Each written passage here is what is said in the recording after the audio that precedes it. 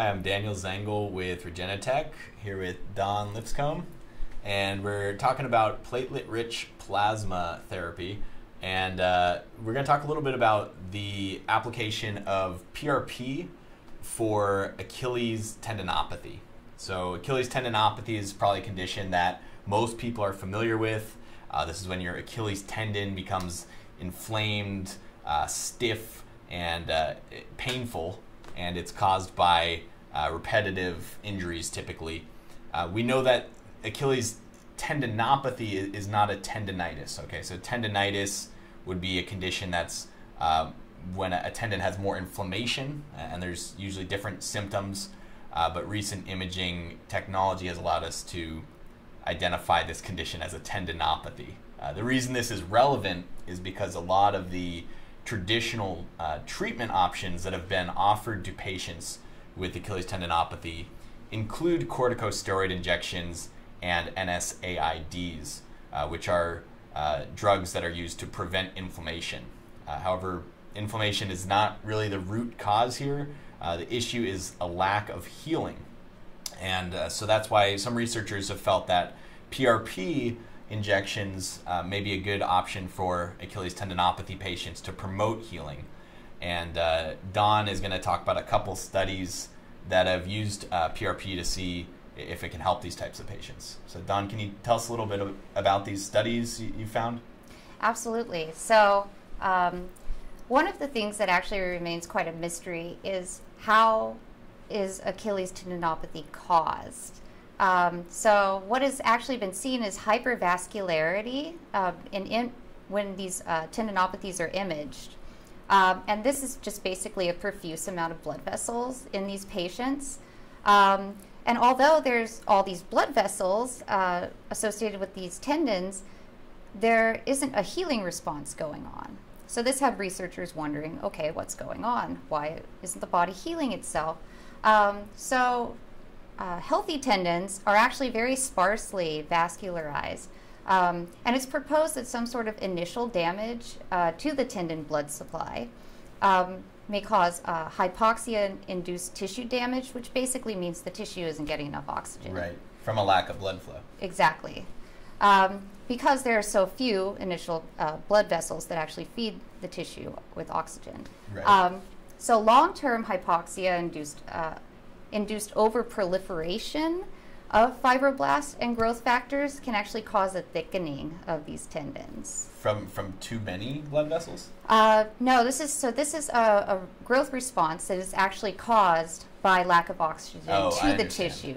Yeah, so it's basically just this fibrous tissue growing up over, sort of like if you have a keloided scar, that raised area. Right.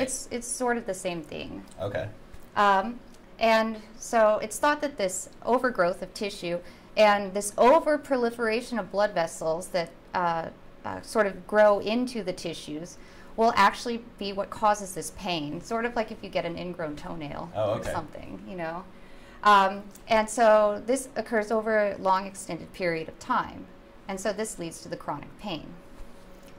So there have been several studies that have shown that actually applying something called a sclerosing injection to the site will actually cause these vessels to clot and disappear. Basically, that just means that you're injecting a chemical into there that damages the blood vessel walls, and then this leads to clotting factors building up. The clot eventually clogs up the blood vessel, and then the tissue grows back over it. Okay. So this actually caused patients to report less pain, and this actually promoted the regrowth of new blood vessels, but not to the over extent that they were proliferating at a slower, much more like wide over time rate. So it was just one growth the way it should be, rather than just slowly creeping like vines in the body. Interesting. Yeah. Giving the body a chance to sort of start over and regrow the blood vessels in a healthier way. Exactly. Okay. So the study that we're going to discuss today So the authors wanted to test PRP injections to see if this would have a similar response to the sclerosing injections, which is, once again, a chemical injection. Right. So they tested to see if PRP in conjunction with exercise actually led to increased tendon structure and the formation of new blood vessels. Right. Now, mind you, not over an extended period of time. This would just be over a short period. Okay. So this study was randomized, double-blind, placebo-controlled. So the patients, they had a wide variety of patients ranging from 18 to 70 years of age. And these patients had to have been symptomatic for at least 2 months. Got it. So they were given either a PRP or saline injection at the site. And they were given one at each site and then 2 right adjacent to the sites as well, which is pretty typical actually in these studies. As far as like that PRP treatment protocol. Yes, exactly. Right. Just in case you're a little off too, on where you're injecting it. So 24 weeks later, tendon growth, they brought the patients back in and they observed increased tendon growth and neovasculation in both the placebo group and the PRP group. Okay. So there was no actual statistical significance between the two. Wow. So in that study, PRP was shown to be no more effective than placebo. Exactly. Okay. And you know, this could be for a number of reasons. The primary reason that the authors think is because exercise actually overshadowed the effects of PRP. Right, because they're doing physical therapy or physiotherapy Exactly. while they were getting either the placebo or the PRP treatment protocol. Exactly. And so it's thought that maybe this would be a much more efficient treatment if somebody was very sedentary or post-op. Yeah. Another thing that occurs to me, and I'm not sure if this was discussed in the study, but there are just so many different products out there to produce PRP.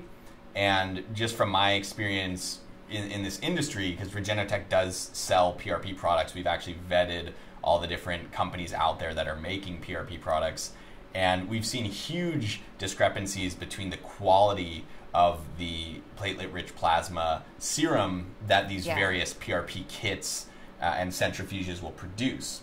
And to give you an example, there are some PRP kits on the market that use a gel separating medium, which is a particular way that they can separate the platelet-rich plasma from the red blood cells. And some of these kits in independent third-party analysis have shown to have a PRP serum at the end that has less concentration of platelets than a patient's own blood. So it's possible, it's possible in some of these studies that the actual product they're using to create PRP may not even be making what we would typically call PRP. Yeah, and another factor too is that so the equipment that the authors used for this study, it didn't have as good a resolution as some of the more modern equipment. The imaging equipment? Yeah, exactly. Okay. So it could have been that some of the more subtleties involved in the neovascularization actually were missed. Okay, right. Just due to a lack of... Just the resolution, you know. Which, however, I know we both read a study recently about 30 patients. Where PRP worked. For Achilles Tendinopathy, right? And so exercise wasn't involved. So they did an MRI on the patients, which has much better resolution. Right. So you can see more subtle things like new blood vessels, which these are going to be very small in comparison to the surrounding tissue. So there's a lot of noise in there when you're imaging. And it should also be noted, though, that placebos weren't used in this study. Yeah, it was more of a pilot study. Yeah, even though you saw the growth and you saw really positive outcomes. It's still not a level 1 evidence. Exactly. Yeah, so it looks like for Achilles tendinopathy, we're seeing some somewhat inconclusive mixed results for use of PRP.